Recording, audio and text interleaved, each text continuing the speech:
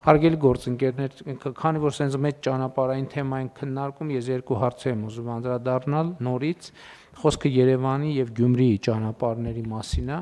Իհարկե փորձը մեր ինչա ցույց տալիս եւ եզրակացությունը այդտեղ միանշանակ է, որ այն դեպքերում, երբ որ մենք ժամանակահատված ենք ունենում, որ քաղաքային իշխանությունները ինչ-ինչ պատճառներով որոշում են, որ տենց մեկուսացած աշխատեն եւ կառավարության հետ նորմալ չեն համագործակցում, դրա հետևանքները երևում են։ Եվ դրա հետևանքները երևացին եւ Երևանում եւ Գյումրիում էլ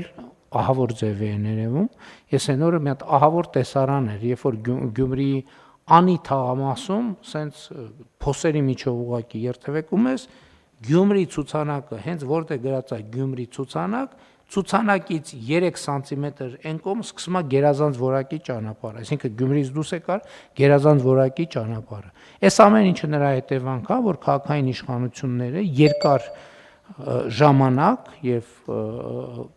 այսինքն ինչ չգիտեմ, ինչ նկատառումներով չեն համագործակցել, այսինքն փակված ինչ են մտածել, չգիտեմ, նույնն էլ Երևանում։ Եվ բայց հիմա ինչի համար եմ ասում։ Հիմա այս տարվանից մենք մեր 500 կիլոմետր ճանապարհների տրամաբանության մեջ Երևանի համար պետք է 50 կիլոմետր ճանապարհ նախատեսենք, այսինքն 500-ի մեջ, որը պետք է ճանապարհային դեպարտամենտը իրականացնի, Երևանի քաղաքապետին էլ ես ասել եմ, որ մենք պետք է այդ տրամաբանությամբ աշխատենք, եւ Գյումրիում էլ իհարկե մենք հիմա մեծ ծրագիր անում ենք անի թաղամասի համար, այդտեղ էլ պիտի մտածեք, պարոն Խաչատրյան, պարոն Խուդասյան, առաջարկ ներկայացնեք, որովհետեւ մենք չենք կարող տենց ուղակի բան անենք, հետո post factum գնանք այդ իրավիճակը արձանագրենք։ Պիտի լուծումը գտնենք, որ ամեն տարի Գյումրիում էլ որոշակի ներդրումներ անենք, որպեսզի սենց վիճակներ չլինեն։ Համեցեք, պարոն Խուդասյան։ Պարոն վարչապետ, ձեր հանձնարարությամբ Գյումրիի մեջ նախորդ տարի արդեն սկսել ենք Շիրակացի փողոցի հիմնանորոգման աշխատանքները, այնտեղ ջրագծի հետ կապված որոշակի հարցեր կան եւ աշխատում ենք, որ այդ հարցերը ավարտելուց հետո աշխատանքները շարունակենք եւ այս տարի ավարտենք։ Այս տարի սկսում ենք նաեւ Գյումրիում Խորենացի փողոցի ասֆալտապատման աշխատանքները, նախորդիվ ավարտել ենք Գյումրիում բարեկամության օղակի ուրեմն միջին նորոգման աշխատանքները եւ ամենափրկիչ եկեղեցուն հարակից հատվածի նորոգման աշխատանքները ինտենսիվ աշխատում ենք Շիրակի մարզպետի աշխատակազմի հետ, հասկանալով, որ քաղաքում ենթակառուցվածքների վիճակը մեղմ ասած լավ չի, փորձում ենք այնտեղ եւս մասնակցություն ապահովենք։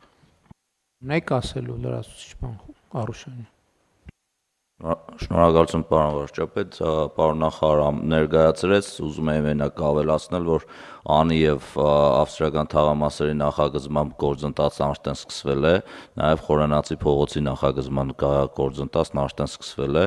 եւ մենք շուտով նախագիծը կունենանք ու կառավարության միջոցներով վզեվի ծրագրով կարողանանք նաեւ ասֆալտապատման աշխատանքները սկսել, որը միայն փողոցները չեն, նաեւ մայթերն են ներառում իրենց մեջ, լուսավորությունը, ամբողջ մեծ թաղամասը հիմնանորոգվելու է։ Այս վերջերս էլ չէ Գյումրիում մի փողոց ավարտեցինք, թե դեռ ընթացքի մեջ է։ Բարեկամության օղակը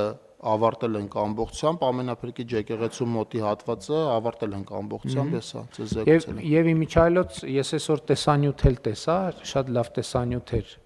Ուրախությամբ արձանագրում եմ, որ Գյումրիի շատրվանները, որ էլի մեր ծրագրերով է, չէ, իրականացվել, նորմալ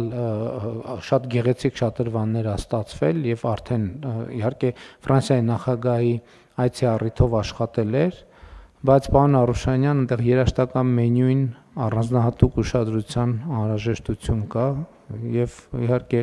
ծիծաղում ենք, բայց հարցը լուրջ է, այնպես որ խնդրում եմ ապահովել բոլոր մարմինները, ովքեր այդտեղ կարան ներգրավվածություն ունենան, այնուամենայնիվ պետք է շատ ուշադիր լինենք, որ